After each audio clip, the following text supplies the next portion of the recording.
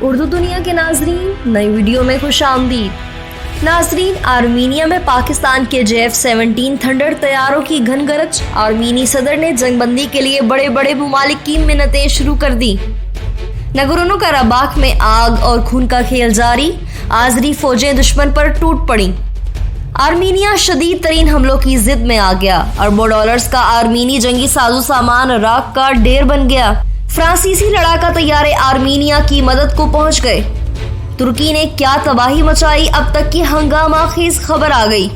Video میں مزید بتائیں گے کہ فرانس کی کس غلطی نے اس جنگ کا رخ عالمی جنگ کی جانب موڑ دیا ہے۔ ترکی اور پاکستان کے بعد کون سے اسلامی ممالک اپنی فوجوں کا رخ آرمینیا کی طرف کر چکے ہیں؟ ناظرین، ویڈیو میں آگے بڑھنے سے پہلے اگر آپ نے ہمارے چینل اردو دنیا کو ابھی تک سبسکرائب نہیں کیا تو ابھی سبسکرائب کر لیں، بیل آئیکن کو بھی کلک کریں اور ویڈیو کو واٹس ایپ یا فیس بک گروپس میں بھی شیئر کر دیں۔ ناظرین، آرمینیا آذربائیجان جنگ میں خطرناک حد تک شدت آ چکی ہے۔ دونوں ممالک کی جانب سے ایک دوسرے پر شدید بمباری اور فضائی حملے شروع کر دیے گئے ہیں۔ تازہ ترین اطلاعات کے مطابق آرمینیا نے فرانس سے ہنگامی بنیادوں پر معراج طیارے خریدنے کا اعلان کر دیا ہے، جبکہ آذربائیجان نے بھی پاکستان کو JF-17 تھنڈر لڑاکا طیاروں کا آرڈر دے دیا ہے۔ ان طیاروں کے حصول کے پیچھے اصل کہانی کیا ہے اور دونوں ممالک کی معمولی جنگ اب کس حد تک بگڑ چکی ہے؟ یہ سب بتانے سے پہلے آپ کو تازہ ترین اطلاعات سے آگاہ کرتے چلیں کہ آذربائیجان کے تابڑ توڑ حملوں میں آرمینیا کے 5 T-20 ٹینک، 3 BM-21، ایک اینٹی کرافٹ میزائل سسٹم، ایک BMP-2 بختر بند گاڑی اور ایک KS-19 اینٹی ایئر کرافٹ گن تباہ ہو گئی ہے۔ اس کے ساتھ ساتھ آرمینی فوج کے متعدد مورچے بھی تباہ کر دیے گئے ہیں، جبکہ آرمینیا کا دعویٰ ہے کہ جوابی حملے میں آذربائیجان کا ایک شہری ہلاک ہوا ہے، اور آذربائیجان کی جانب سے بھی ٹوٹل ریجن پر آرمینی راکٹ حملے کی تصدیق کر دی گئی ہے۔ سویلین ہلاکتوں کی تعداد 50 کے قریب پہنچ گئی ہے، جبکہ ٹوٹل ہلاکتیں 500 کے قریب پہنچ چکی ہیں۔ تازہ ترین جھڑپوں میں بدترین شکست اور ناقابل یقین نقصان کے بعد آرمینیا نے فرانس سے فوری مدد طلب کرتے ہوئے معراج لڑاکا طیارے خریدنے کا اعلان کر دیا ہے۔ فرانس، جو پہلے ہی اس طاق میں تھا، اس نے فوری طور پر اپنے حامی ملک آرمینیا کو طیاروں کی فراہمی شروع کر دی ہے۔ آذربائیجان کے ساتھ جنگ میں مبتلا آرمینیا نے اپنی ٹھکائی کے بعد دفاع کو کمزور پاتے ہوئے فوری طور پر فرانس کی منتیں شروع کر دی ہیں۔ اطلاعات کے مطابق فرانس کے 5 جدید ترین معراج طیارے آرمینیا کے حوالے کر دیے گئے ہیں۔ معاہدے کے مطابق فرانس آرمینیا کو 15 سے 20 طیارے دینے کا پابند ہوگا۔ اس عمل نے خطے میں طاقت کے توازن کو بگاڑ دیا ہے اور عالمی ماہرین اس کو سنگین جنگی جرم بھی قرار دے رہے ہیں۔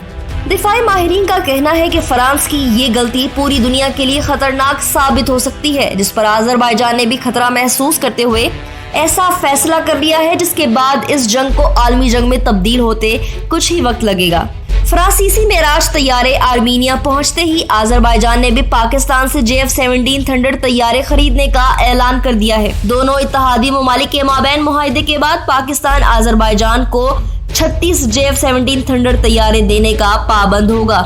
آذربائیجان کی وزارت دفاع کے ترجمان نے پاکستانی حکام سے رابطہ کیا اور ہنگامی بنیادوں پر طیاروں کی فراہمی کا مطالبہ کیا، جس پر پاکستان کی جانب سے بھی مثبت جواب دیتے ہوئے جلد از جلد JF-17 تھنڈر طیارے آذربائیجان بھیجنے کی یقین دہانی کرائی گئی۔ ترکی کے بعد پاکستان کا آذربائیجان کے لیے ایسا قدم اٹھانا مغربی طاقتوں کے لیے خطرے کی گھنٹی ہے۔ خیال رہے کہ پاکستان کے JF-17 تھنڈر لڑاکا طیارے مقامی طور پر تیار کیے گئے بہترین جنگی طیارہ ہونے کا اعزاز بھی حاصل کر چکے ہیں۔ ناظرین، ناگورنو کاراباخ پر قابض آرمینیا کو آذربائیجان کے ہاتھوں فیصلہ کن شکست سے بچانے کے لیے امریکہ اور یورپی ممالک کے دباؤ پر جنگ بندی کے اعلان کے باوجود ابھی تک جنگ جاری ہے۔